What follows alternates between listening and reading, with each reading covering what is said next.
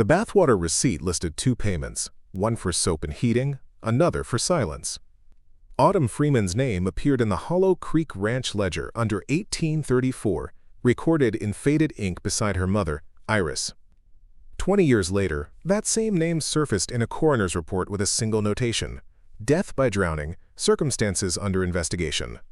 The water had turned black that night, not from dirt, but from something far more deliberate.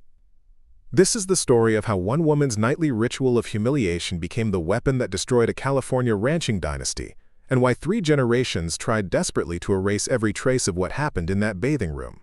The Hollow Creek Ranch sprawled across 5,000 acres of Northern California grassland, where cattle grazed on hills that rolled toward the Sacramento Valley like waves of gold and green.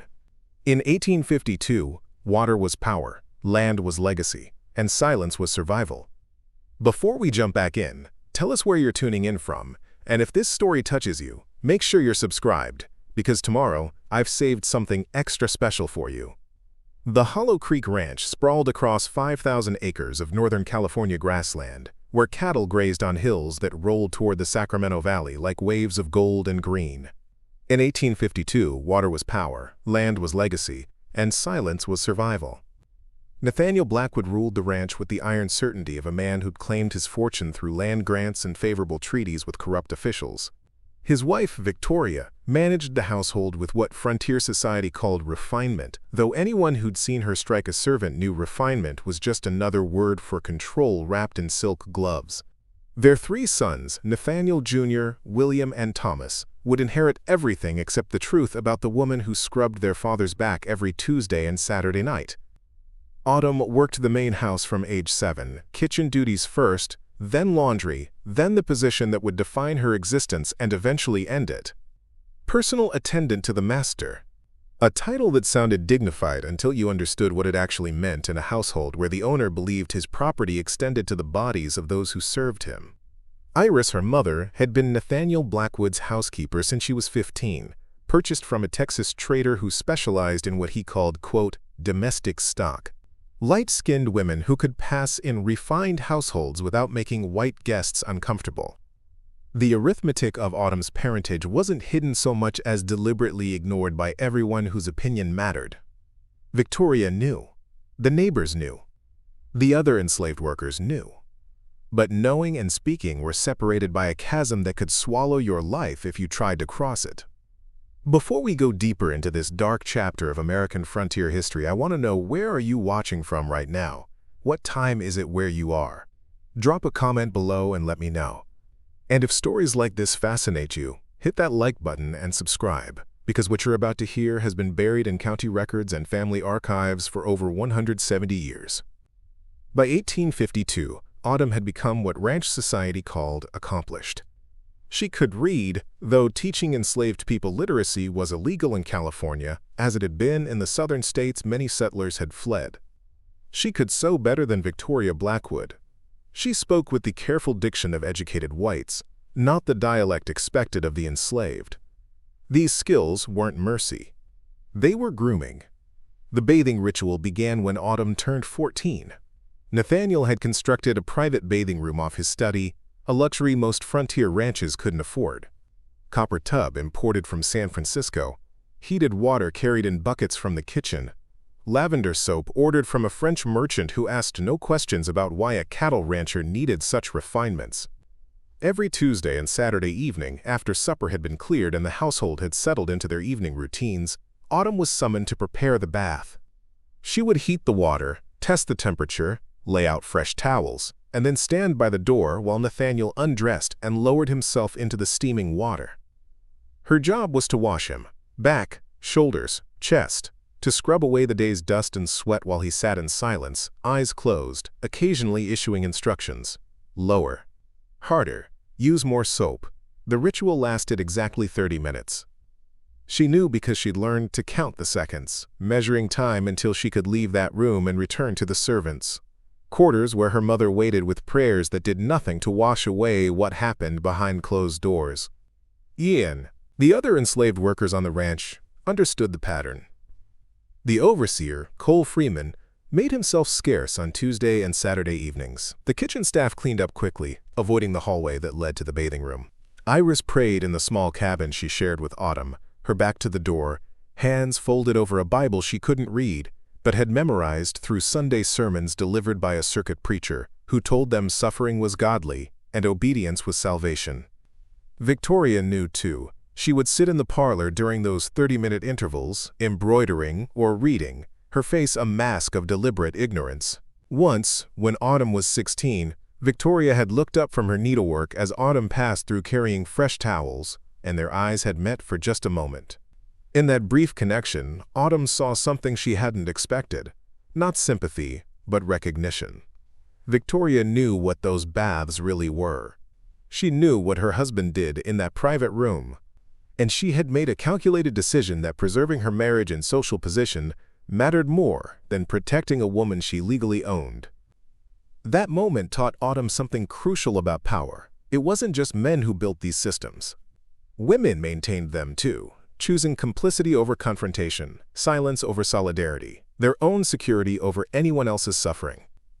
The pregnancies became inevitable. Autumn bore her first daughter in 1850, at age 16. The midwife who attended the birth, a free black woman named Piper Stone from the nearby town of Auburn, had taken one look at the newborn's features and understood immediately. The high forehead, the narrow nose, the distinctive shape of the eyes that marked 3 generations of Blackwood men. This was Nathaniel's daughter, born to his enslaved daughter, creating a family tree that twisted back on itself in ways that made Piper's stomach turn. "What will you name her?" Piper had asked, wrapping the infant in clean cloth. "Luna," Autumn replied, her voice hollow with exhaustion and something deeper than physical pain. "Because she was conceived in darkness and born into it." Luna was recorded in the ranch ledger 2 weeks later. Female infant, property of Nathaniel Blackwood, valued at $200 upon reaching working age. Her existence documented with the same casual precision used to record the birth of calves or the purchase of new equipment. A second daughter followed in 1852. Autumn named her Ivy, after the plant that grew stubbornly in the harshest conditions, clinging to life through drought and frost. Ivy's birth was harder, nearly killing Autumn, though no doctor was summoned.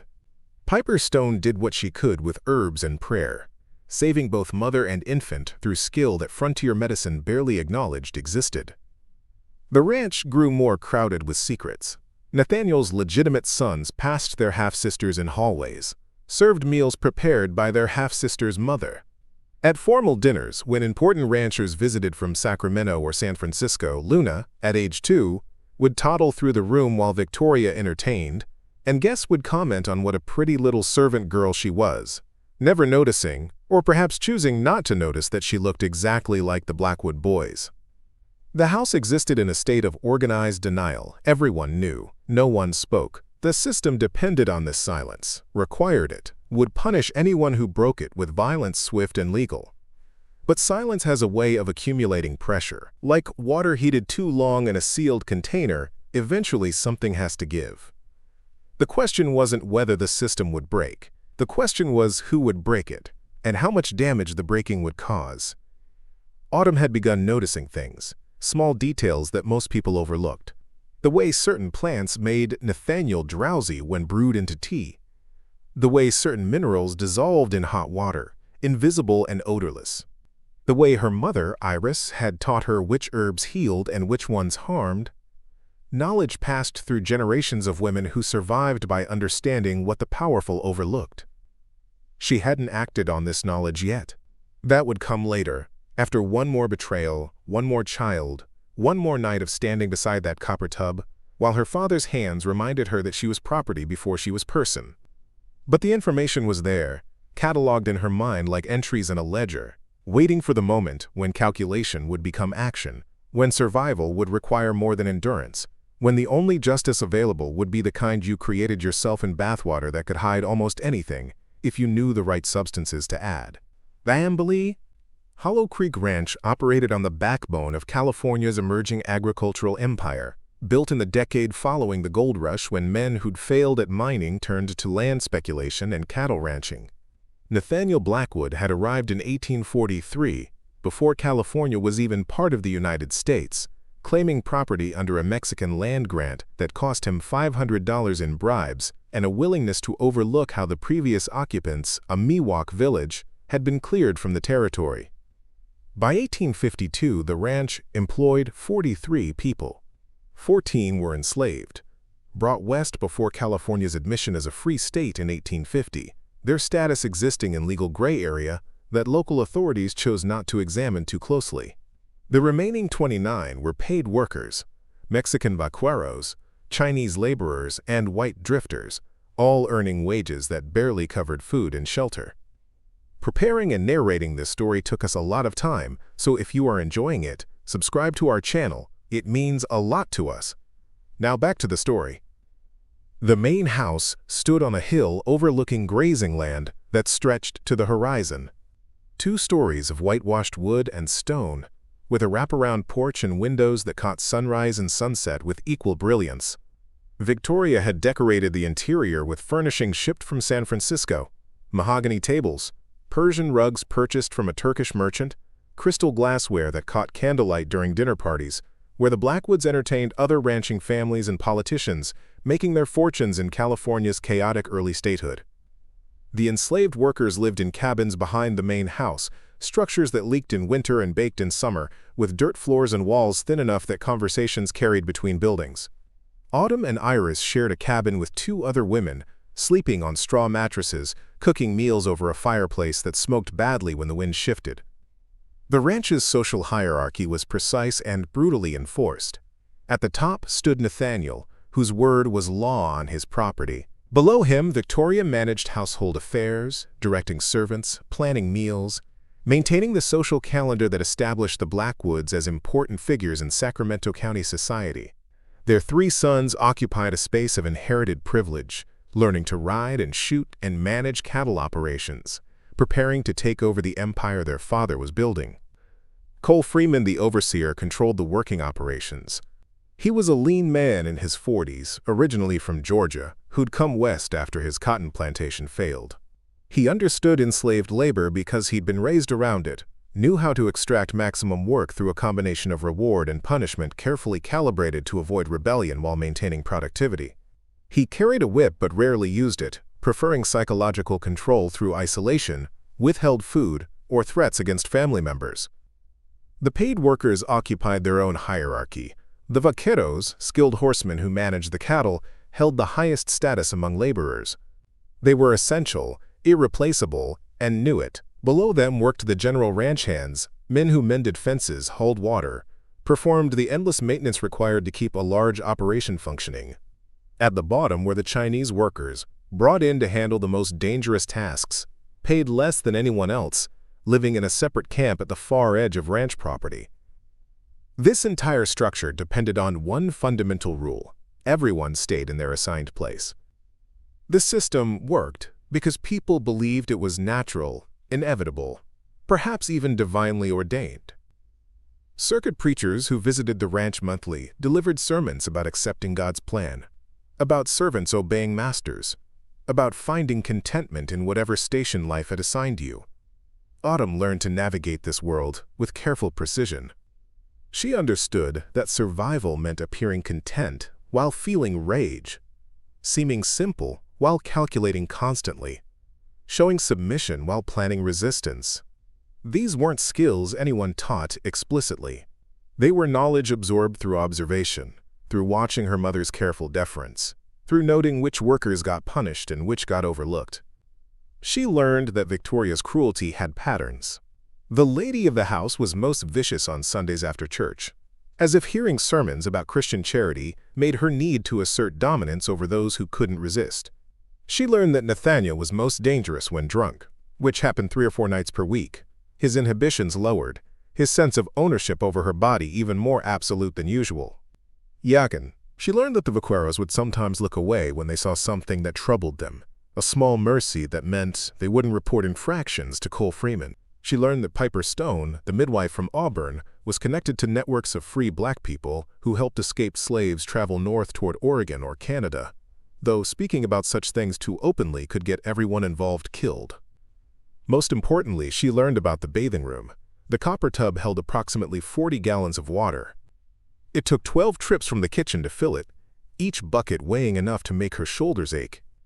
The water was heated in a large cauldron over the kitchen fire, a process that took 90 minutes if she started preparing at the right time. Nathaniel preferred the water hot enough to redden his skin but not scalding. He tested it with his hand before entering, and if the temperature wasn't right, he would strike her, open-handed across the face, then make her adjust it while he watched. The lavender soap came in bars wrapped in French paper. Each bar lasted approximately 6 baths. Nathaniel ordered them in bulk from a merchant in San Francisco, who specialized in luxury goods for California's emerging upper class. The soap dissolved in hot water, creating a film that made the water cloudy, obscuring what lay beneath the surface. This detail would matter later, the cloudiness. The way soap could hide things. The way a man lying in opaque water, eyes closed, relaxed and trusting, would never notice if something else had been added to his bath. But in 1852, Autumn was still learning, still watching, still cataloging information without yet knowing how she would use it. She was 20 years old, mother to 2 daughters who carried her father's blood, trapped in a system that would eventually force those daughters into the same ritual of humiliation unless something fundamental changed. The ranch continued its seasonal rhythms. Spring meant branding cattle, the smell of burned hide carrying across the property. Summer brought harvest of the hayfields, back-breaking work, performed by laborers who collapsed each night in exhausted sleep. Fall meant preparing for winter, slaughtering animals, preserving meat, stockpiling supplies. Winter meant cold nights in poorly heated cabins, illness that killed the weak, endless darkness that matched the darkness Autumn felt growing inside her.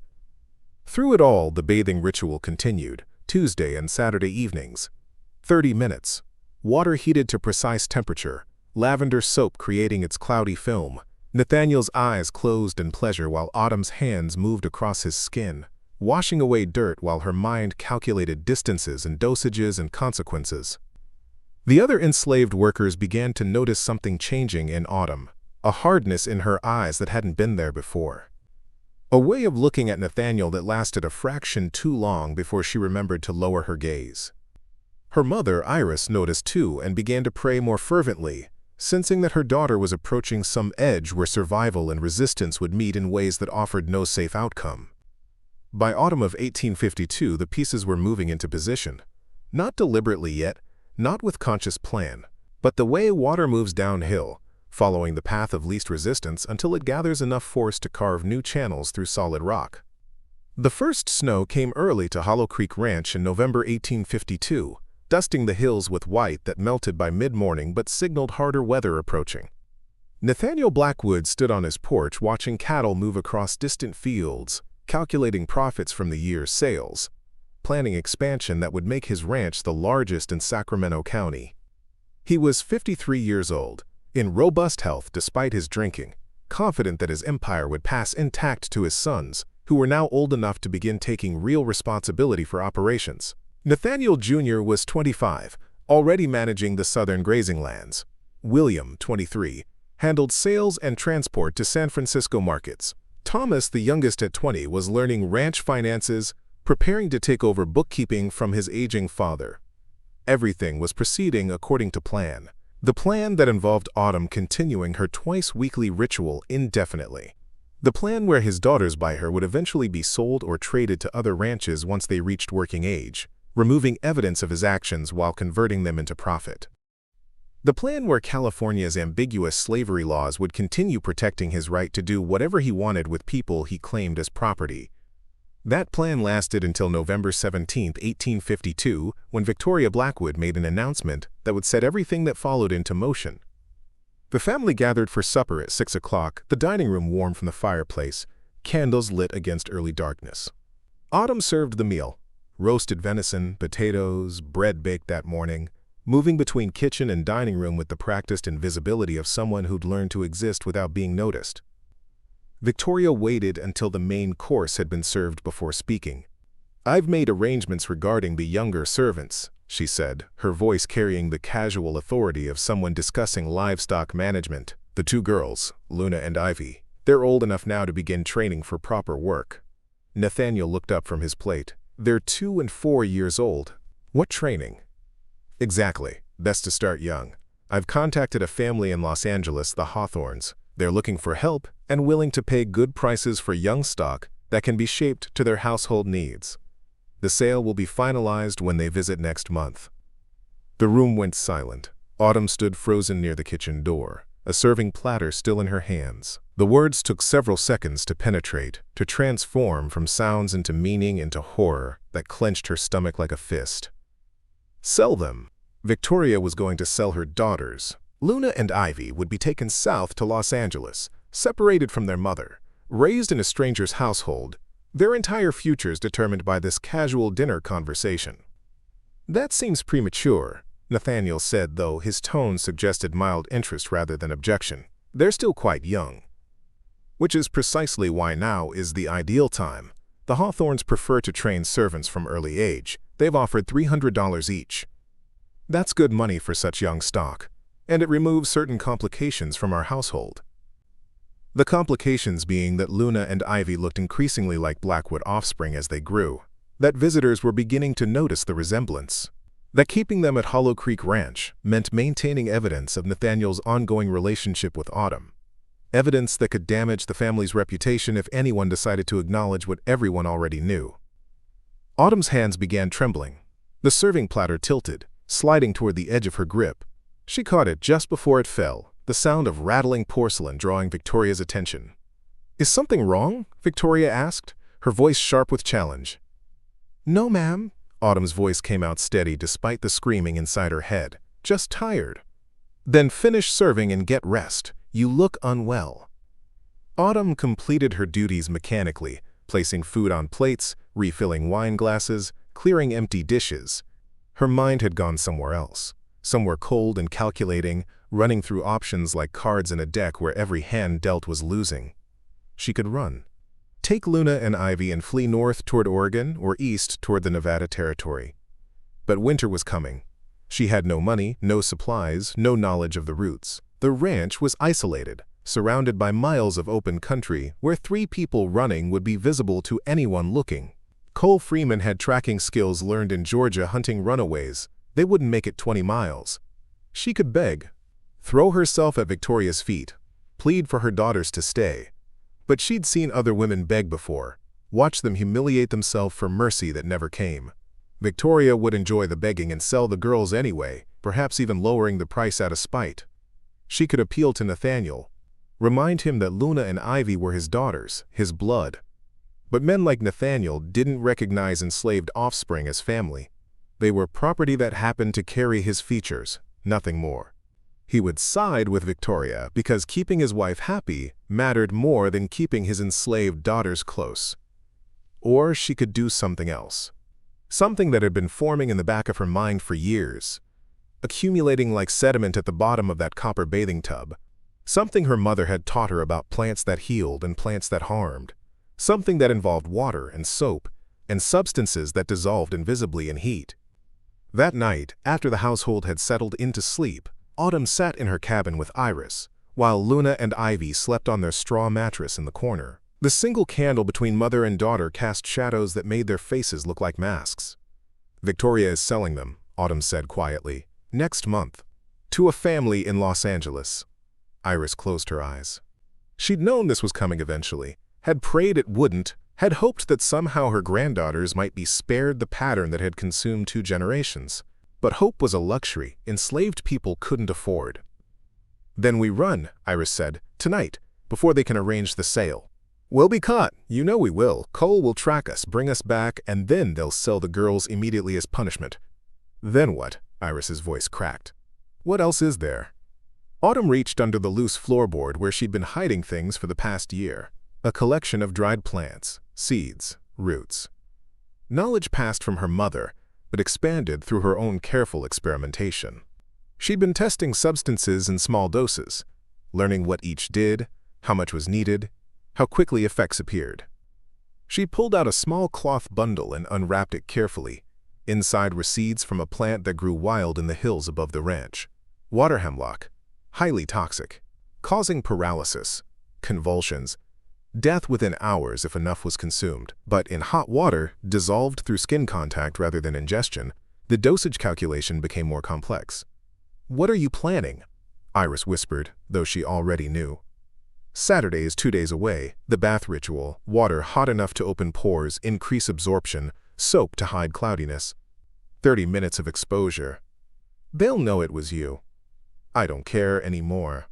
If my daughters are going to be taken from me, if this pattern is going to repeat itself for another generation, then I'd rather burn it all down than let it continue. Iris stared at her daughter, seeing something she recognized from her own youth, the moment when submission calcified into rage, when survival required more than endurance, when the only power left was the power to destroy what was destroying you. "If you do this, they'll hang you." "I know, but Luna and Ivy will still be here. You'll still be here. Maybe without Nathaniel, Victoria will keep them. Maybe she'll sell them anyway. But at least he won't create more. At least this particular violence ends with me." The calculation was simple and terrible. Her life measured against the possibility that her death might purchase something her living never could. Freedom for her daughters, or at least protection from the specific man who'd created them through rape disguised as ownership. Outside, the wind picked up, rattling the cabin walls, carrying the smell of coming snow. Inside, 2 women sat in candlelight, planning murder with the same careful attention other people use to plan harvests or weddings. Not because they were violent by nature, but because violence was the only language left when every civilized option had been foreclosed by a system designed to eliminate alternatives. Saturday was 2 days away.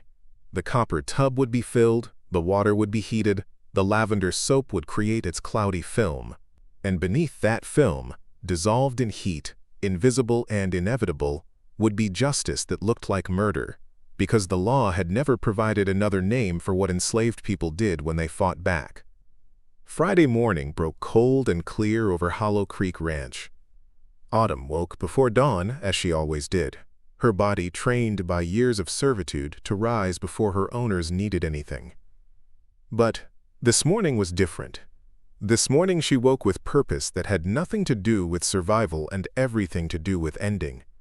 She left Luna and Ivy sleeping under their thin blanket, Iris watching over them with eyes that hadn't closed all night. Her mother knew what was coming, had spent the dark hours praying in whispers that God would forgive what was about to happen, or at least understand it. The water hemlock grew in wet areas near the creek that gave the ranch its name, thriving in the marshy ground where cattle rarely wandered. Autumn had discovered it 2 years earlier while gathering herbs for her mother, recognizing it from descriptions Iris had passed down from her own mother, knowledge traveling through generations of women who survived by understanding which plants gave life and which took it away.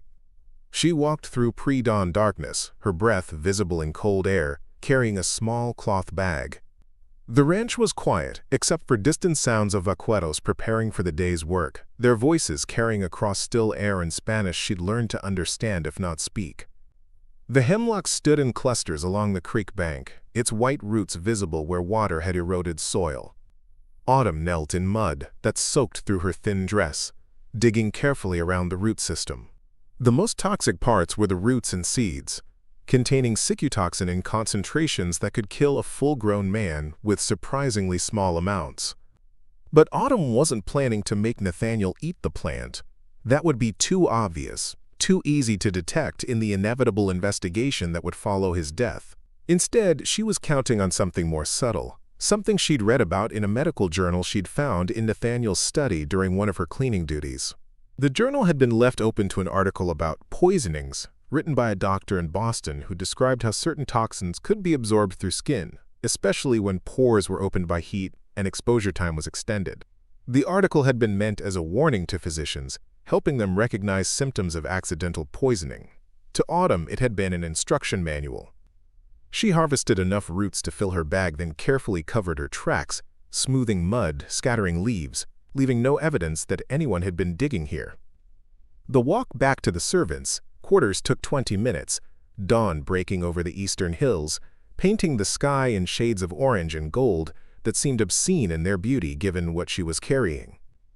In the cabin, Iris had a pot of water already heating over their small fire. Without speaking, Autumn began the extraction process she'd practiced in secret over the past months. The roots were chopped fine, then boiled to release their toxins into water that would reduce down to a concentrated solution. The smell was earthy, slightly sweet, nothing that would raise suspicion if anyone happened to notice. The process took 3 hours. By the time Autumn had a small vial of dark liquid, the household had come fully alive. She could hear Victoria's voice from the main house, issuing morning orders. The sounds of breakfast preparation in the kitchen, Nathaniel's heavy footsteps crossing the porch heading out to inspect the cattle operations with his sons. Autumn hid the vial in the same place she kept her other secrets, beneath the loose floorboard that had become her archive of resistance. Then she went to the main house to begin her regular duties, scrubbing floors and washing linens and preparing the noon meal, acting as if this day was identical to every other day she'd lived in servitude. But it wasn't identical. Today was Friday, which meant tomorrow was Saturday, which meant tomorrow evening she would prepare Nathaniel's bath with ingredients that would transform it from ritual humiliation into execution. The hardest part was maintaining her composure. Every time Victoria gave her an order, Autumn had to resist the urge to smile, to show the satisfaction of knowing that Victoria's careful plans for selling Luna and Ivy would die with Nathaniel. Every time she passed Nathaniel in the hallway, she had to keep her face neutral, showing the submissive deference expected of her, when what she really wanted was to announce that he had 1 day left, that his decades of rape disguised as ownership would end tomorrow in bathwater that looked clean but carried death in every drop. Freeman noticed something different about her around mid-afternoon. He'd come to the main house to report on fence repairs, found Autumn scrubbing the hallway floor, and paused to study her with the careful attention of someone who'd spent years reading enslaved people for signs of rebellion. "You seem content today," he said, his voice carrying suspicion rather than approval. Autumn kept scrubbing, eyes down. "Just grateful for God's blessings, sir." "God's blessings." Cole repeated the phrase like he was testing its weight. "Haven't heard you talk about God much before." "My mother's been teaching me to trust in the Lord's plan." "The Lord's plan keeps you scrubbing floors. You sure you're grateful for that?" "Not my place to question what God ordains, sir." Cole watched her a moment longer, then grunted and continued down the hall. But Autumn felt his suspicion following her for the rest of the day, a reminder that appearing too content could be as dangerous as appearing rebellious. Enslaved people were supposed to exist in a state of resigned misery, acceptance without satisfaction. Any deviation from that emotional baseline drew attention. She adjusted her performance for the evening, allowing her shoulders to slump more, letting her face show the weariness that was always there anyway. By the time she served supper, Victoria commented that she looked tired, should probably rest early, needed to maintain her health for the work required tomorrow. Tomorrow. The word hung in the air like a noose. That night, Autumn lay awake between her sleeping daughters, listening to Iris's breathing from the other mattress, thinking through every detail of what would happen in the next 24 hours. She ran through the plan again and again, checking for mistakes, for variables she hadn't considered, for moments where hesitation might betray her. The bath would be prepared normally, water heated to Nathaniel's preferred temperature, lavender soap creating its usual cloudiness. But before she carried the final buckets from the kitchen, she would add the contents of the vial to the tub, stirring carefully to ensure even distribution throughout 40 gallons of water. Entrance. Sicutoxin absorbed through skin required time and heat. The hotter the water, the more open the pores, the faster the absorption. 30 minutes was more than enough time for a lethal dose to enter his bloodstream, especially given Nathaniel's habit of leaning back with his eyes closed, occasionally dozing in the warm water while she continued scrubbing. The symptoms would begin subtly: nausea, dizziness, weakness. Nathaniel might attribute them to too much wine at supper or simple exhaustion. By the time he recognized something was seriously wrong, he would be too weak to call for help effectively. The seizures would come next, violent convulsions that would make his body rigid, followed by paralysis of respiratory muscles and death by suffocation. It would look like apoplexy or heart failure. Dr. Benjamin Morse from Auburn would be summoned, would examine the body, would likely conclude that Nathaniel's years of drinking and rich food had finally caught up with him. Men died suddenly all the time on the frontier, their bodies worn out by hard living and harder vices. Unless someone thought to examine the bathwater. unless someone noticed the faint smell that might linger if the concentration was too strong. Unless Cole Freeman's suspicion prompted him to ask questions about Autumn's unusual contentment that afternoon. These were the variables that kept her awake, staring at the cabin ceiling while her daughters slept peacefully, unaware that their mother was planning to murder their father to prevent them from being sold away from everything they'd ever known. Was this justice or just another form of violence? Was she protecting her daughters or damning herself for nothing? Gambling that Victoria would keep Luna and Ivy rather than selling them out of spite once Nathaniel was dead? Was she a resistance fighter or a murderer, a victim who'd been pushed too far, or a killer who'd chosen the easy path instead of the harder work of escape? Autumn didn't have answers to these questions, she only had tomorrow. She only had bathwater and poison, and 30 minutes alone in a locked room with a man who'd spent 20 years teaching her that her body existed for his use, that her daughters existed as his property, that her entire life was something he owned and could dispose of however he chose. Tomorrow she would teach him something different. Tomorrow she would show him that ownership was an illusion, that property could resist, that the woman who'd spent 2 decades washing his back had been learning chemistry while he'd been enjoying privilege. Tomorrow the water would turn black, though not from dirt. Tomorrow everything would change, though whether that change would lead to freedom or just a different kind of bondage remained to be seen. But tonight she was still Autumn Freeman, enslaved woman, mother of 2, daughter of rape, property of Nathaniel Blackwood. Tonight she was still waiting, still planning, still calculating the dosage that would transform bathwater into weapon. Dawn came too quickly and too slowly, the way time moves when you're walking towards something that can't be avoided or undone. Saturday arrived with clear skies and temperatures that promised decent weather for the work that needed doing around the ranch. A perfect day for everything to fall apart. Saturday unfolded with the deliberate slowness of a day that knew it would be remembered. Autumn moved through her morning duties with mechanical precision, scrubbing floors she'd scrubbed 1,000 times before, preparing food she'd prepared in endless repetition, existing in the strange space between normal routine and approaching catastrophe. Victoria was in a particularly foul mood, snapping at servants over minor infractions, finding fault with the breakfast preparation, with the way linens had been folded, with the dust that had accumulated on windowsills overnight.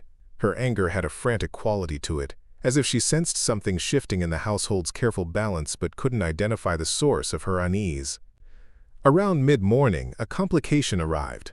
Piper Stone, the midwife from Auburn, appeared at the ranch unannounced, her wagon loaded with medical supplies and her face showing concern that had nothing to do with physical ailments. Autumn was hanging laundry when Piper approached, moving with the confidence of a free black woman who'd earned respect through skill that even racist frontier society couldn't completely dismiss. She waited until they were out of earshot from the main house before speaking.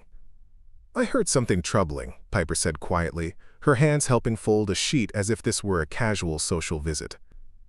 "Word traveling through Auburn is that Victoria Blackwood is arranging to sell 2 young girls to a family in Los Angeles, girls who look remarkably like the Blackwood sons."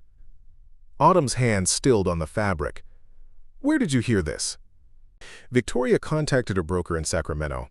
The broker mentioned it to his clerk. The clerk is married to a woman who attends the same church I do. Information travels in circles, especially information this disturbing." "What business is it of yours?" The words came out harsher than Autumn intended, defensive instinct making her push away the only person who'd shown genuine concern for her family. Piper didn't flinch. "It's my business because I delivered those girls. Because I know what Nathaniel Blackwood has been doing to you since you were 14 years old. Because I'm connected to people who help families like yours reach free territory before sales can be finalized." The offer hung between them like a rope thrown to someone drowning. Escape. Real escape, not the desperate flight Autumn had dismissed as impossible. Organized networks that moved people north through safe houses and hidden routes. Networks that had been growing since California's admission as a free state, created legal contradictions around enslaved people brought west before 1850. "When?" Autumn asked. "Tonight. After dark. I have a wagon that can hide 3 adults and 2 small ones beneath false floorboards. We travel north through the foothills, avoiding main roads. I have contacts in Grass Valley who can shelter you for a few days, then move you further toward Oregon. Autumn's mind raced through implications. If she left tonight, Nathaniel would live. The pattern would continue with whatever woman replaced her. Luna and Ivy would be saved. But the system that created their enslavement would remain intact, ready to consume the next generation. But if she followed through with her plan, if Nathaniel died in his bath this evening, she would be the immediate suspect. Freeman would lock down the ranch, preventing anyone from leaving. Running would become impossible, and her daughters would be trapped here during the investigation, vulnerable to Victoria's rage once suspicion inevitably pointed toward Autumn. "I can't leave tonight," Autumn said carefully. "There's something I have to do first." Piper's eyes narrowed. She was intelligent enough to read subtext, experienced enough to recognize when someone was planning something that couldn't be spoken aloud. "What kind of something?" "The kind that means my daughters will be safer if I'm not around to be blamed for it." "Autumn, listen to me carefully. Whatever you're planning, it's not worth your life. Dead women can't protect their daughters. Dead women become cautionary tales that frighten others into submission. Living women become examples too, examples of what happens when you endure instead of resist. My daughters need to know that their mother fought back, even if it costs me everything." Piper studied her face for a long moment, then sighed with the weight of someone who'd had this conversation before with other women who'd reached the same desperate calculation. "If you do something that gets you killed, at least let me take your daughters somewhere safe first. Let me get Luna and Ivy away from here before whatever you're planning unfolds." The offer was logical, protective, exactly what a good mother should accept, but Autumn shook her head. "If they disappear before tonight, Victoria will know something's coming. She'll increase security, maybe cancel the bath, definitely make Nathaniel more cautious. It has to happen as planned, which means everything has to appear normal until it's too late to stop. Then you're choosing revenge over their safety." "I'm choosing to end the pattern instead of just running from it. If I take Luna and Ivy north, we live as fugitives forever. Victoria will send hunters. The law will define us as stolen property worth $900 in bounty. We'll spend our lives looking over our shoulders, and eventually someone will recognize us, return us, and my daughters will be sold south as punishment. That's still better than them watching their mother hang." "Is it? I'm not sure anymore." The conversation was interrupted by Victoria's voice calling from the main house, demanding to know why Autumn was standing idle instead of working. Piper squeezed Autumn's hand once, a gesture of solidarity that transcended their different legal statuses, then climbed back into her wagon and departed with a final warning that made her position clear. "I'll be in Auburn tonight. If you change your mind, if things go wrong, if you need someone to take your daughters to safety, send word. I'll come immediately. No questions asked." Then she was gone, leaving Autumn alone with her plans and her doubts, and the growing certainty that there were no good choices, only different kinds of losing, and sometimes you had to choose which loss you could live with, or in her case, which loss was worth dying for. Maze. The afternoon crawled past with agonizing slowness. Autumn prepared the evening meal while Victoria supervised with unusual intensity, as if she'd absorbed Piper's unease through some atmospheric transfer of anxiety. The food had to be perfect because important guests were expected tomorrow, ranchers from Sacramento discussing potential business partnerships with Nathaniel. Those partnerships would never happen. By tomorrow, Nathaniel would be dead. Victoria would be in chaos. And whatever business plans they'd been making would collapse into the immediate crisis of explaining how a healthy 53-year-old man had died suddenly in his bathing tub. Around 5 o'clock, Nathaniel returned from inspecting the southern grazing lands with his sons. They were in good spirits, discussing cattle prices and expansion plans, the easy confidence of men who believed their empire was permanent, their power unassailable, their futures guaranteed by the same legal structures that made Autumn property. Nathaniel caught Autumn's eye as he passed through the kitchen, gave her the slight nod that meant she should begin preparing the bath. The gesture was casual, routine, completely unaware that this would be the last command he ever gave her. The final exercise of ownership before ownership itself was permanently dissolved in heated water and extracted hemlock roots. Autumn began the familiar ritual, carrying buckets from the kitchen to the bathing room. 12 trips. Each one giving her time to think, to reconsider, to talk herself out of what she was about to do. But each trip also reminded her why she was doing it. The weight of the buckets, the ache in her shoulders, the calluses on her hands from decades of labor, the knowledge that Luna and Ivy would inherit this same physical degradation unless something fundamental changed. On the 8th trip, she added the contents of the vial to the bathwater. The dark liquid dispersed immediately, invisible in the hot water, masked by the lavender soap she added next. She stirred carefully with her hand, ensuring even distribution, calculating that 40 gallons would dilute the toxin enough to avoid suspicious discoloration while maintaining lethal concentration. The remaining 4 buckets were added to bring the water to the proper level and temperature. By 6:30, everything was ready. The copper tub filled with water that looked normal, smelled of lavender, and carried enough cycutoxin to kill Nathaniel Blackwood within 90 minutes of exposure. Autumn stood beside the tub staring at her reflection in the poisoned water, seeing her mother's face superimposed over her own.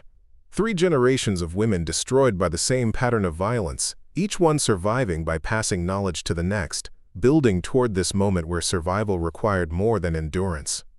A knock on the door, Nathaniel's voice announcing he was ready, the moment expanding to fill all available space, stretching like heated metal before it breaks. Autumn opened the door and stepped aside to let her father, her owner, her rapist, enter the room where he would die, never knowing that the woman he'd been washing him for 20 years had finally learned the most important lesson enslaved people could learn. That the same hands that served could also strike. That submission was performance, not nature. That power was temporary, mortality was certain, and justice sometimes arrived in bathwater that looked clean but carried consequences dissolved in every drop. Nathaniel began undressing, his back to her, completely comfortable with his vulnerability because he'd never imagined she might exploit it. That certainty was his final mistake. The assumption that property couldn't think, couldn't plan, couldn't transform ritual into weapon. He stepped into the tub, settled into the poisoned water, closed his eyes, and spoke the words he'd spoken hundreds of times before. "Begin washing, and take your time tonight. I'm particularly tired." Autumn picked up the soap, lathered her hands, and began the final performance of a ritual that had defined her entire adult life. 30 minutes until freedom or death or whatever waited on the other side of murder disguised as service. The water was hot. The soap was cloudy, and beneath the surface, invisible and inevitable, cycutoxin was already beginning its work. The first 15 minutes passed in excruciating normalcy.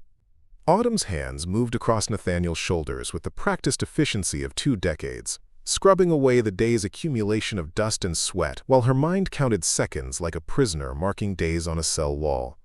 Each moment stretched impossibly long, time distorting under the weight of what she knew and what he didn't.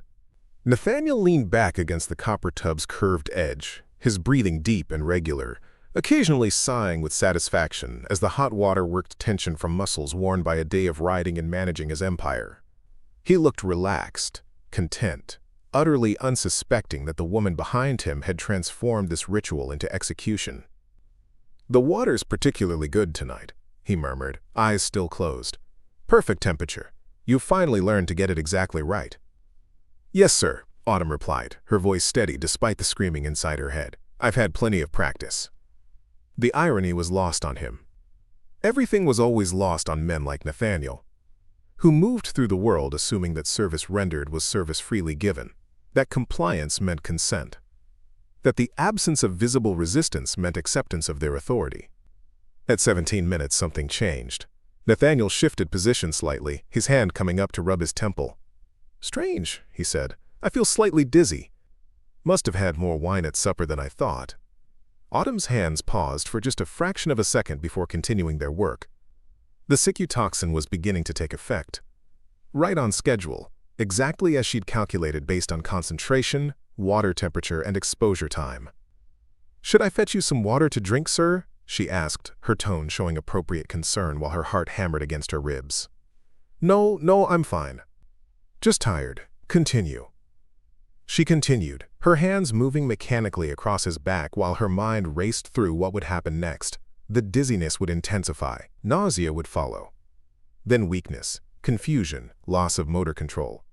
The symptoms would cascade rapidly once they started, overwhelming his system faster than he could call for help. At 22 minutes, Nathaniel tried to stand. His legs buckled immediately. sending him back into the water with a splash that soaked Autumn's dress. His eyes opened wide, finally registering that something was seriously wrong. "I can't feel my legs," he said, his voice edged with the first notes of panic. "Something's wrong. Get Victoria. Get the doctor." This was the moment, the point of no return.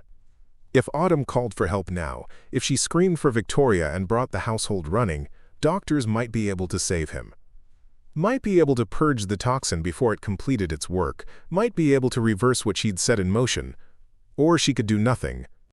She could stand here watching while the poison finished what she'd started. She could let nature, chemistry, and 2 decades of accumulated rage complete the equation she'd calculated in darkness and desperation. But standing in that moment, watching Nathaniel's face transform from confusion to fear to dawning comprehension that he was dying, Autumn discovered something unexpected. She felt no satisfaction, no triumph, no sense of justice finally being served. She felt only the weight of what she'd done, the magnitude of taking a life, even a life that had destroyed hers. The recognition that this act of violence, justified or not, would define her forever, would transform her from victim into killer in every legal and moral framework that mattered. "Please," Nathaniel whispered, his voice weakening as paralysis spread through his respiratory system. "Help me. Whatever I've done, whatever you think I deserve, please. I'm begging you." The words hung in the air between them. A man who'd never begged for anything in his life, who'd taken what he wanted with the certainty of inherited privilege, now reduced to pleading with the woman he'd been raping for 20 years. What would you do, standing in that bathroom watching your rapist drown in water you'd poisoned? Would you feel the satisfaction of revenge fulfilled? Or the horror of watching another human being die by your hand? Would you let him suffer, or would you show him the mercy he never showed you? Autumn reached for the door handle, not to lock it and ensure Nathaniel's death in privacy, but to open it. Her hand closed around the metal, turned it, pulled the door open to the hallway beyond, and then stopped, because she saw Luna standing in the hallway, 4 years old, holding her little sister Ivy's hand, both of them watching with wide eyes that were trying to understand why their mother was in the bathing room with the master, why he looked so strange in the water, why everything felt wrong in ways their young minds couldn't articulate but their instincts recognized. The girls shouldn't have been in the main house, they should have been in the servants' quarters with Iris. But somehow they'd gotten loose, wandered over, been drawn by some child's intuition that something important was happening. Luna looked at Autumn, then at Nathaniel struggling weakly in the bathing tub, then back at her mother with a question forming in her young face. Time fractured. In that suspended moment, Autumn saw 2 possible futures branching from this single decision point. In one future, she called for help. Nathaniel survived, weakened but alive. He would know what she'd done, would have her arrested, tried, hanged. Luna and Ivy would watch their mother executed for attempted murder. They would be sold south as punishment, separated, disappearing into the vast machine of American slavery with no hope of rescue or reunion. In the other future, she closed the door, let Nathaniel die alone in poisoned water while she took her daughters and ran. Right now, before anyone else knew what was happening, out the back of the house, across the dark ranch property, toward Auburn where Piper Stone was waiting with her wagon and her networks and her promise of safe passage north. But that future required sacrificing whatever remained of her humanity, required becoming the monster the law would call her anyway, required choosing her daughters, freedom over the last shreds of moral certainty that still whispered that taking life was wrong, even when that life had destroyed yours. The choice wasn't between good and evil, it was between different kinds of damnation, different costs measured in different currencies. Save her daughters by becoming their mother, the murderer, or save her soul by letting them be sold into the same pattern that had consumed 3 generations. Behind her, Nathaniel had stopped struggling. His breathing was shallow, irregular, the sound of a body shutting down system by system. He had maybe 5 minutes left, maybe less. Autumn looked at Luna and Ivy, then made her decision. She closed the door, locked it from the inside, turned back to face Nathaniel, who was staring at her with eyes that had finally learned to see her as something other than property. "You asked what you've done. Autumn said quietly. "You raped me from the time I was 14. You fathered my daughters and enslaved them. You were planning to let your wife sell them to strangers in Los Angeles. You did to me what your father did to my mother, continuing a pattern of violence that treated our bodies as resources to be exploited, and our children as livestock to be traded." Nathaniel tried to speak but couldn't. The paralysis had reached his vocal cords. "I'm not killing you because I'm evil," Autumn continued. "I'm killing you because you've given me no other choice. Because every legal avenue was closed to people like me. Because the system that protects men like you requires women like me to either endure forever or fight back with the only weapons available." She knelt beside the tub, looking directly into his eyes, needing him to understand in his final moments that this wasn't random violence or irrational rage. This was calculated resistance, strategic murder, the inevitable consequence of building an empire on other people's suffering and assuming they would never strike back. "I want you to know," she said, "that I didn't enjoy this, that it gives me no pleasure to watch you die, that I would have chosen any other path if one had existed, but you and men like you have spent centuries ensuring that no other paths exist for people you've defined as property." Nathaniel's eyes held hers for another moment. Then the light went out of them, his body going still in water that had finally completed its work. Autumn stood, her legs shaking, her stomach churning with the reality of what she'd just done. She'd murdered her father, her owner, her rapist. She'd crossed a line that couldn't be uncrossed, committed an act that would define her forever in ways both legal and personal. She unlocked the door and opened it. Luna and Ivy were still standing in the hallway, joined now by Iris, who'd come looking for her granddaughters and found them witnessing something no one should see. "Take them," Autumn said to her mother. "Take them to Auburn, to Piperstone, tonight, right now. Don't wait, don't pack anything, just run." Iris looked past Autumn to the still form in the bathing tub. Understanding flooded her face, followed immediately by terror for what this meant. "What about you?" "I'm staying. Someone has to be here when they discover the body. Someone has to ensure you have enough time to get away before anyone realizes you're gone. They'll hang you." "I know, but Luna and Ivy will be free. That's all that matters now." Iris didn't waste time arguing. She understood with the brutal clarity of someone who'd survived 4 decades of enslavement that Autumn had just sacrificed herself to purchase freedom for the next generation. Words would dishonor that sacrifice. Hesitation would waste the time Autumn was buying with her life. She gathered Luna and Ivy, one under each arm, and disappeared into the night while Autumn returned to the bathing room to prepare for what came next. She had perhaps 20 minutes before Victoria would notice Nathaniel's absence from the parlor, where he usually took his evening brandy after bathing. 20 minutes to stage the scene, to make it look as natural as possible, to give her mother and daughters maximum time to reach Auburn before the alarm was raised. Autumn checked Nathaniel's body one final time, confirming what she already knew. He was dead, his skin already cooling, his eyes open and staring at the ceiling with the fixed gaze of someone who'd seen their own mortality approaching and been unable to stop it. She arranged his arms in a more natural position, as if he'd simply slipped beneath the water while dozing. She removed the soap residue from the tub's edge, wiped down surfaces she'd touched, tried to eliminate any evidence of her presence beyond the normal signs of her having prepared his bath. Then she unlocked the door from the inside, left it slightly ajar, and walked to the kitchen where she began cleaning dinner dishes as if this were any other Saturday evening. Her hands shook as she scrubbed plates, but she forced them steady through pure will, knowing that any sign of distress would invite immediate suspicion once Nathaniel's body was discovered. The discovery came 18 minutes later, Victoria's voice calling for Nathaniel, irritated at first, then concerned when he didn't respond. The sound of her footsteps crossing the house toward the bathing room, the door opening fully, a moment of silence that stretched impossibly long. Then, screaming. High-pitched, genuine, the sound of someone confronting unexpected death. Victoria's shrieks brought the entire household running. Cole Freeman arrived first, followed by Nathaniel's 3 sons, then the house servants who'd been finishing evening duties. Autumn joined them, moving with the other enslaved workers toward the commotion, her face arranged in appropriate shock and concern. She looked into the bathing room from the doorway, saw Nathaniel's body still in the tub exactly as she'd left it, watched Victoria collapse against the wall while Cole checked for a pulse he wouldn't find. "He's dead," Cole announced, his voice carrying the flat certainty of someone who'd seen death many times before. "Looks like he drowned, or maybe his heart gave out while bathing. It happens sometimes with men his age, especially after drinking." Dr. Benjamin Morse was summoned from Auburn, arriving around 9 o'clock with his medical bag and his professional detachment. He examined Nathaniel's body while the family waited in the parlor, conducting the kind of cursory autopsy that frontier doctors performed when the deceased was important enough to warrant official documentation.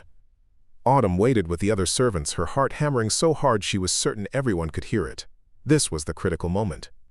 If Dr. Morse noticed anything suspicious, if he detected the faint almond smell that could linger from certain plant toxins, if he thought to examine the bathwater more carefully, her plan would collapse, and she would be arrested immediately.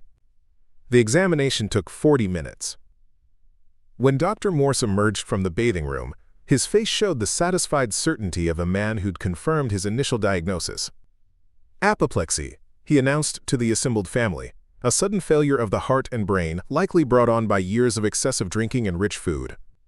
The hot bath would have increased blood flow, potentially triggering the fatal event. I've seen similar cases in men of his age and habits. There's nothing suspicious about the death, just unfortunate timing. Victoria accepted this explanation with the numb shock of someone whose world had just been violently reorganized. Her husband was dead.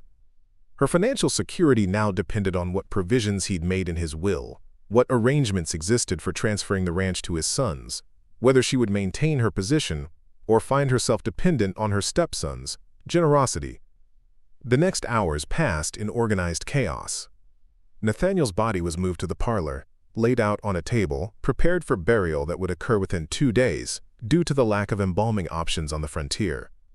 Messages were sent to neighboring ranches, to business associates in Sacramento, to relatives scattered across California. Through it all, Autumn performed her duties with mechanical precision. She helped prepare food for the sudden influx of visitors. She cleaned rooms that would house overnight guests. She maintained the appearance of a grieving servant shocked by her master's sudden death, when what she actually felt was a complex mixture of relief, guilt, terror, and desperate hope that her mother and daughters had made it safely to Auburn. Hey. By midnight, the household had settled into exhausted sleep. Autumn lay awake in her cabin, alone for the first time in years, without Luna and Ivy breathing softly beside her, without Iris's presence in the corner. The emptiness was physically painful, a hollowness in her chest that made breathing difficult. She'd murdered her father. She'd sent her daughters into the night with nothing but her mother's protection and Piper Stone's promise of safe passage. She'd gambled everything on the possibility that Dr. Morse would miss the signs of poisoning, that the cursory frontier autopsy wouldn't reveal what a more thorough examination might have found. And she'd won, or at least she'd survived the first night. Whether that survival would extend through the coming days, through Nathaniel's burial, through the period when suspicion might still crystallize around the convenient timing of his death, remained uncertain. But her daughters were free. That certainty sustained her through the darkness, through the weight of what she'd done, through the knowledge that she'd crossed a moral boundary that could never be recrossed. 3 days later, word reached Hollow Creek Ranch that Piper Stone had been seen traveling north through the foothills with several passengers whose descriptions matched Iris, Luna, and Ivy. Cole Freeman brought this information to Victoria, suggesting that the timing was suspicious, that perhaps the escape had been planned to coincide with Nathaniel's death. Victoria listened to his suspicions with growing fury. She'd been so focused on her husband's death and the complicated business of transferring property to her stepsons that she hadn't noticed the absence of several enslaved workers until Cole brought it to her attention. "You think they're connected?" Victoria asked. "You think Nathaniel's death wasn't natural?" Cole chose his words carefully. "I think the timing is remarkable. The master dies on Saturday night. By Sunday morning, 3 valuable slaves have disappeared with the help of that midwife who has known abolitionist connections. Either it's an extraordinary coincidence, or someone planned it very carefully." Victoria's eyes found Autumn, who was standing near the kitchen door, her face showing nothing but appropriate concern for the conversation happening around her. "You," Victoria said, her voice sharp with accusation, "you prepared his bath that night. You were the last person to see him alive. And now your mother and daughters have mysteriously disappeared. What did you do?" Autumn met her gaze directly. I prepared the master's bath as I've done every Tuesday and Saturday for 20 years. The water was clean. The temperature was correct. I did nothing different from any other night. If my family has fled north, I know nothing about it. Perhaps they feared being sold to the family in Los Angeles you'd arranged. The accusation hung in the air. Victoria had been planning to sell Luna and Ivy, and everyone in the household knew it. If the girls had run to avoid that sale, it made logical sense that they would do so after Nathaniel's death, when the household was in chaos and security was relaxed. But logic and suspicion lived in different spaces. Victoria wanted someone to blame for her husband's death, for the escaped slaves, for the sudden collapse of the careful order she'd maintained. Autumn was the obvious target. The woman who'd been close to Nathaniel, who had motive, who'd lost family members to the escape attempt. "Cole, lock her up," Victoria ordered. "Keep her confined until we can determine whether there's any connection between the master's death and the escape. If she's innocent, we'll release her. If not, we'll see her hanged." Autumn was taken to the ranch's small holding cell, a structure usually used for confining workers who violated rules or needed to be isolated before punishment. She went quietly, without resistance, knowing this was always a possibility, that even if Dr. Morse had missed the poison, human suspicion might still condemn her. In the darkness of her confinement, she waited for evidence that didn't exist, for proof that couldn't be found, for the moment when Victoria's rage would either dissipate for lack of confirmation or crystallize into conviction despite absence of facts. 3 more days passed. Dr. Morse was called back to re-examine his conclusions. He stood by his original diagnosis: apoplexy, natural causes. No evidence of foul play beyond the convenient timing that couldn't be proven to be anything other than coincidence. Without physical evidence, without witnesses, without any mistakes in Autumn's careful preparation, Victoria had nothing but suspicion. And suspicion, even in a system designed to favor white property owners over enslaved workers, still required some foundation of proof before execution could be authorized. On the 7th day after Nathaniel's death, Victoria had Autumn released from confinement. Not because she believed in her innocence, but because maintaining her imprisonment without charges was becoming legally problematic. California's ambiguous slavery laws meant that executing enslaved people required at least minimal due process, some pretense of evidence beyond pure accusation. "I know you killed him," Victoria said when Autumn was brought to the main house. "I know you helped your family escape. I can't prove it, but I know it. And someday, somehow, you'll pay for what you've done." Autumn looked at the woman who'd enabled her husband's rapes for 2 decades, who'd planned to sell her granddaughters to strangers, who'd benefited from every aspect of the system that had destroyed multiple generations of Autumn's family. "Yes, ma'am," she said quietly.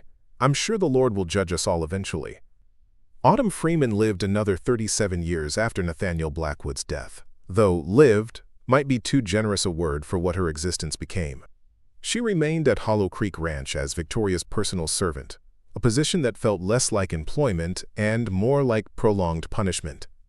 Victoria never stopped suspecting, never stopped watching, never stopped reminding Autumn through small cruelties that she knew the truth, even if she couldn't prove it. When California formally abolished slavery in 1850, Autumn should have been freed. But the legal ambiguities around people enslaved before statehood created loopholes that men like Cole Freeman knew how to exploit. Autumn was reclassified as an indentured servant with debts that could never quite be repaid, trapped by paperwork that looked legal enough to discourage interference from authorities who weren't particularly interested in protecting black women's rights anyway. She never saw her daughters again, never held Luna or Ivy, never knew for certain whether they'd made it safely north or been captured somewhere along the route to freedom. For 3 decades, she lived with that uncertainty, that aching absence where her children should have been. But in 1882, a letter arrived at Hollow Creek Ranch addressed to Autumn Freeman in handwriting she didn't recognize. Victoria, now 73 and weakened by age, brought it to Autumn with trembling hands and eyes that finally showed something other than hatred. The letter was from Luna. She was 52 years old, living in Portland, Oregon, married to a freed man named Samuel Wright. She had 4 children of her own, all born free, all educated, none of them property.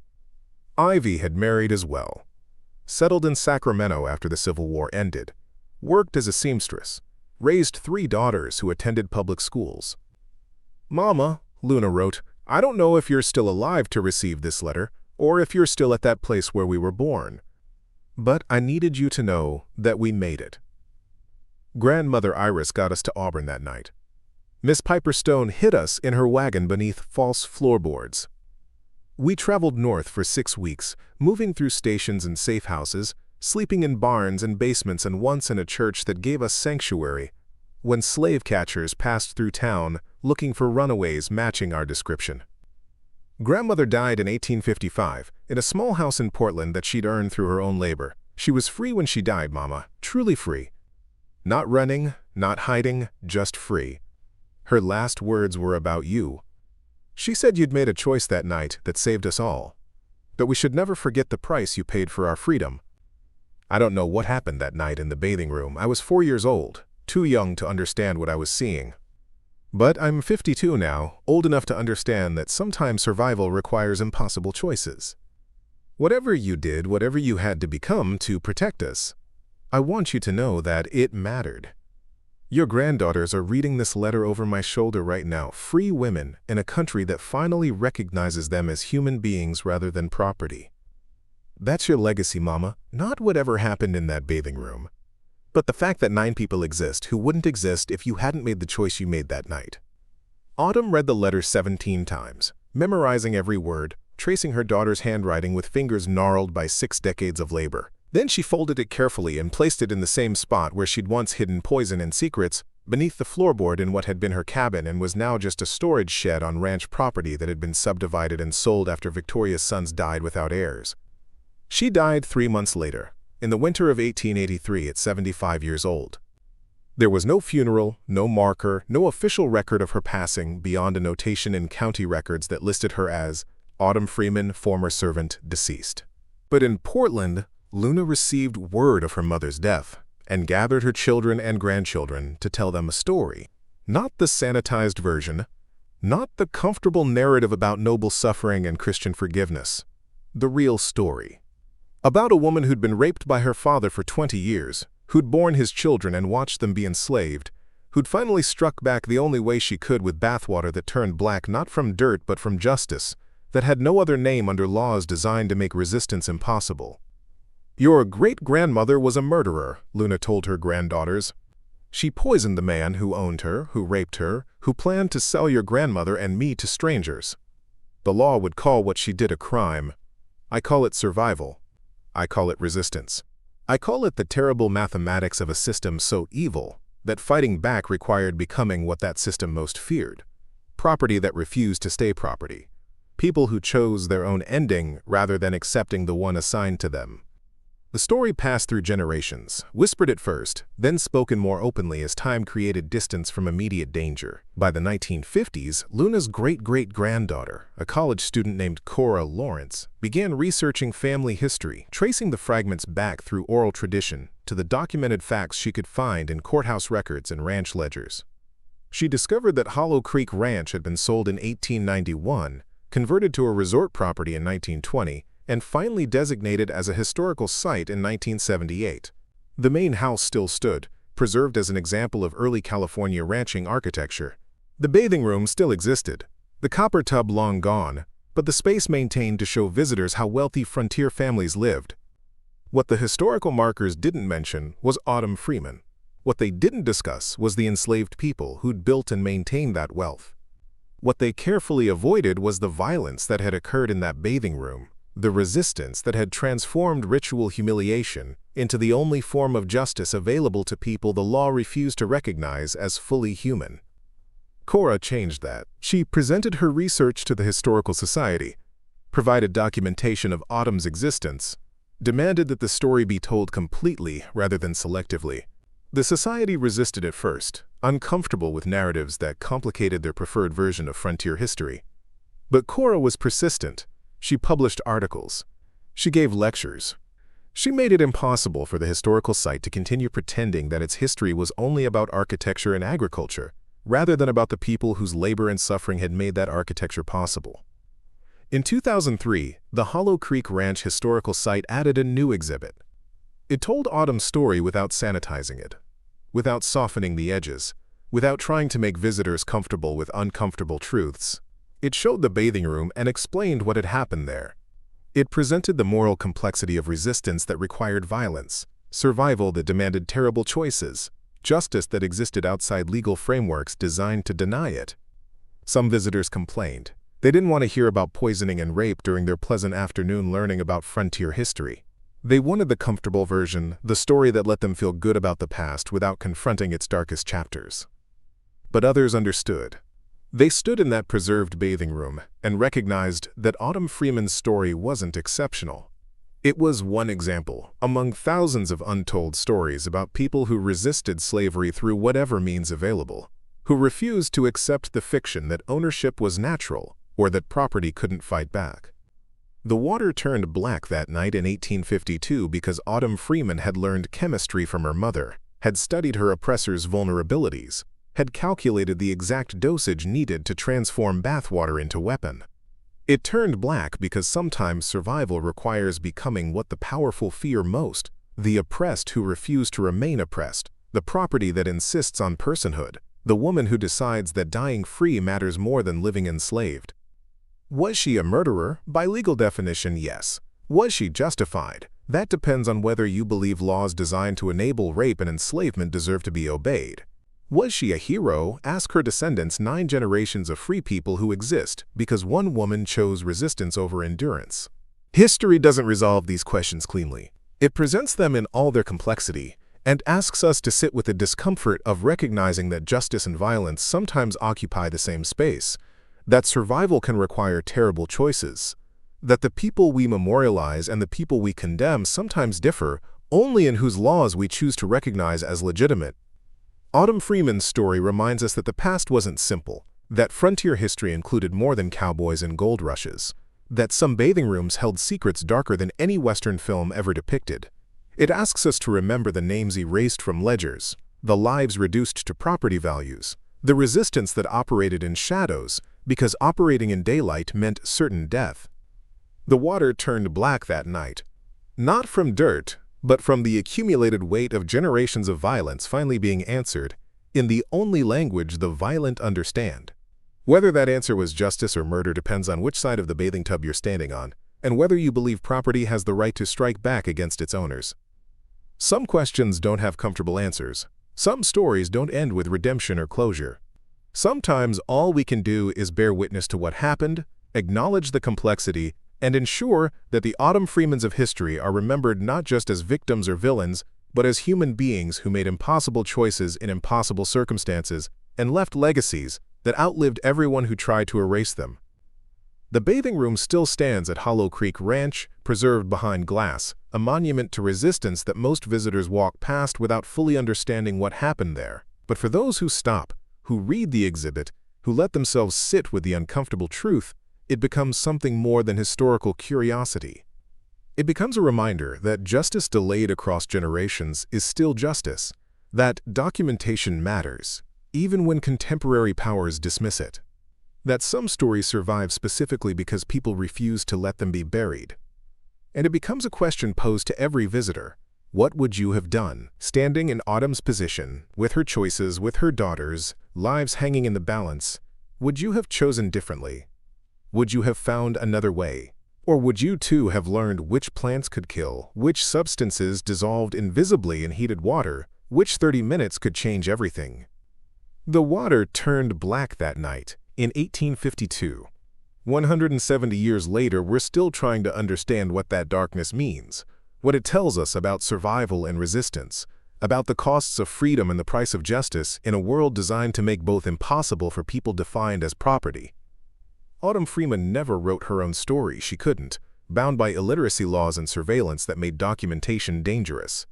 But her story survived anyway, passed through generations, preserved in fragments of letters and whispered histories, and finally, in exhibitions that refuse to look away from what actually happened in the American West. That survival, that refusal to be erased, might be the most powerful legacy of all, more powerful than the poison that killed Nathaniel Blackwood, more lasting than the ranch that bore his name, more important than any single act of resistance, because it proved that stories outlive their silencing, that truth survives its burial, that the water turning black in 1852 would eventually reflect light in 2025, showing us shadows we're still learning to see clearly. If this story moved you, if it made you think about justice and survival and the impossible choices people make when all their options have been taken away, then share it. Subscribe to hear more stories that history tried to erase. Because remembering Autumn Freeman and the thousands like her isn't just about honoring the past. It's about recognizing that the questions she faced, the system she fought, the violence she endured and returned, these aren't safely contained in history. They echo forward, asking us what we would do, what we are doing, what we will do, when faced with injustice that operates with legal sanction and social approval. The water turned black, the story survived, and now it's asking you, what will you do with what you've learned? Up next, you've got two more standout stories right on your screen. If this one hit the mark, you won't want to pass these up. Just click and check them out. And don't forget to subscribe and turn on the notification bell so you don't miss any upload from us.